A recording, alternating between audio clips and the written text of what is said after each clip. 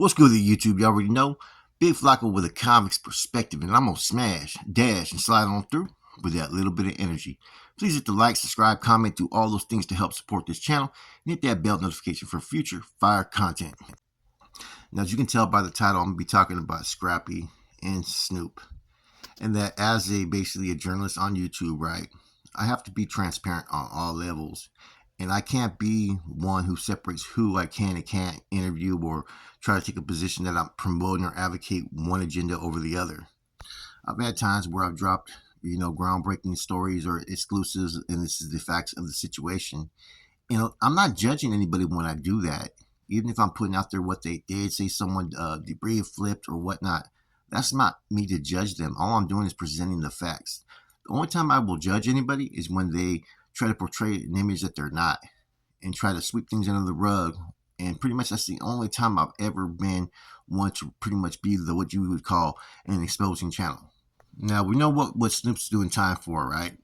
And it is related to said individual, but said individual never made any fucking statements that I've seen any fucking where, right? Nothing. And I've seen the 115s. I've seen the incident that happened, right?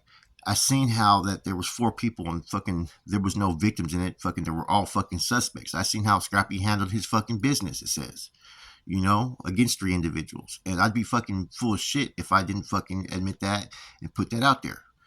Now, my rapport with any of these individuals, whether Snoop likes it or not, I can't be biased. I consider Snoop a friend. I've had a relationship with him off YouTube. You know what I'm saying? And I like to do same thing with fucking Scrappy, man. And so that's where I stand, and that's where people need to know. Like before, there was people joking and making comments about being a disciple and fucking Black was a compa and all that, man. I'm not. I'm in no way, shape, or form associated with any of that. My relationship with either one of these individuals has been outside of fucking prison politics, outside of the prison groups, right? And I've allowed each one to tell their truth, their stories. And if you notice, even the ones that Scrappy's presented recently, he has not gone in or talked about Snoop. That's not the agenda that I have for him on this channel when he does come on. I wish both men the great success on their journeys, And like I said, man, I've gotten to know Snoop, throughout the last course of the last year or two.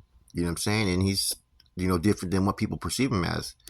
And I've gotten to know Scrappy too a little bit, and like I said, man, I'm not here to judge either one of these men or promote either one of their agendas, man, but I'm not going to sit there and not allow them to speak their truth of what they feel and what their life's about. And I think that's what you call being a, fair and just journalist, that you allow anybody to come speak their mind.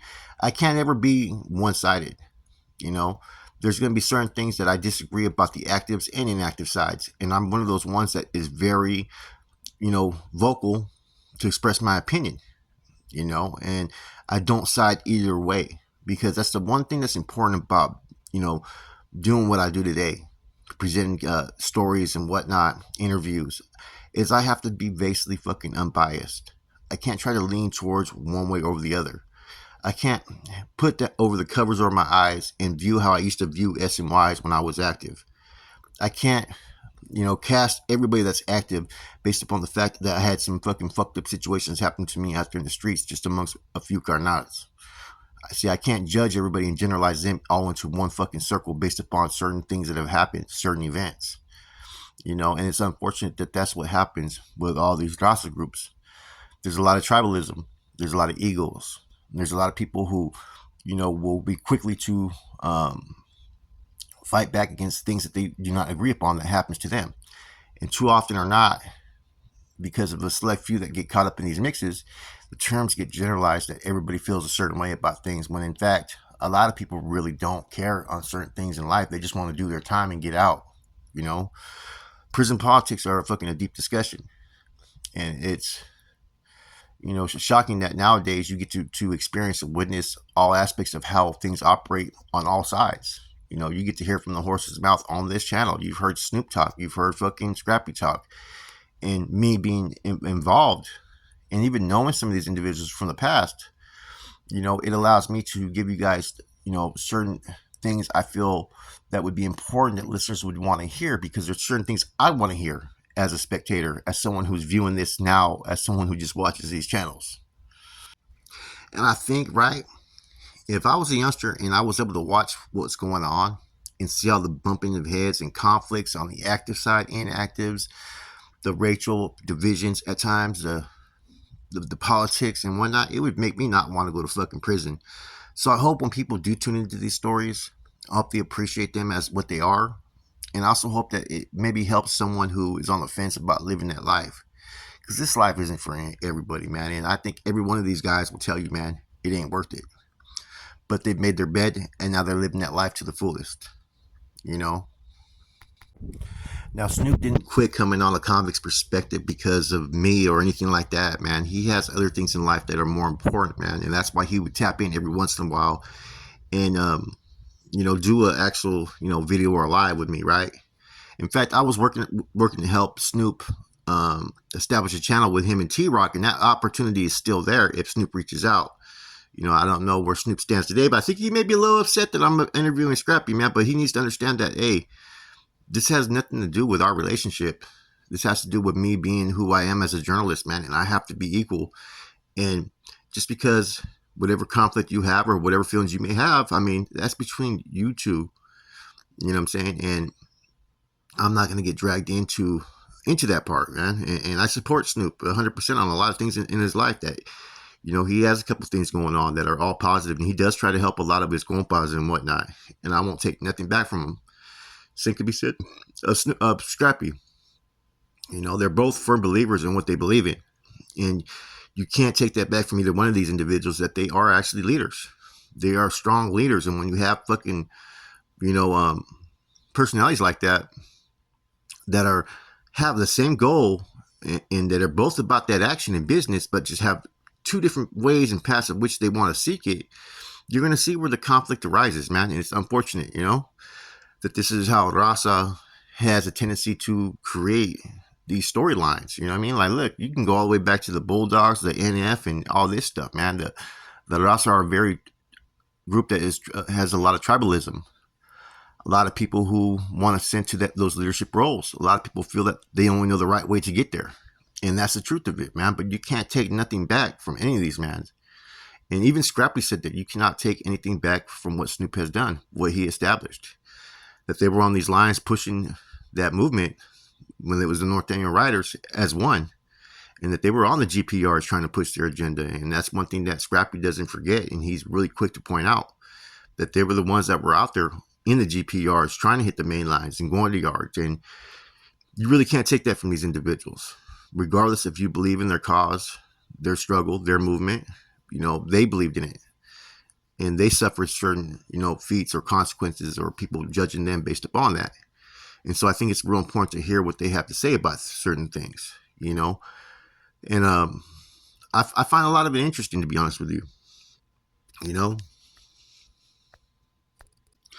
Now, if either one of these individuals was to present a situation, that would call for my support on something as far as a channel, like say like someone that has done some fucking faulty, crazy things to children or women or something like that, and they had the proof of it and it was validated, fuck, I would support all that kind of shit, man. But the dispute between them, that's not my business. And I have to be clear about that, in order for other people being willing to reach out to me and establish putting out their stories or how they feel about things that they went through, right? I can't show any type of favoritism just because I have a rapport with certain people. And I think that is something that I've been able to show throughout time in dealing with different people. At first, people thought I was taking sides on certain things. No, I was allowing people to present their truth. I'm one of the ones to keep it real and raw. And there's a lot of dudes on that active side that are with this shit. But both these men, Scrappy and Snoop, are definitely with the fucking shit, man. And you can't take that away from them, man. And anybody that wants to say different, the truth is in the many testimonies of what I've heard and seen, and even paperwork that discusses all this, man. Like I said, there's a lot of people that want to take positions of hate because they just go off what they hear and whatnot. And sometimes there could be some truth to certain things and sometimes not.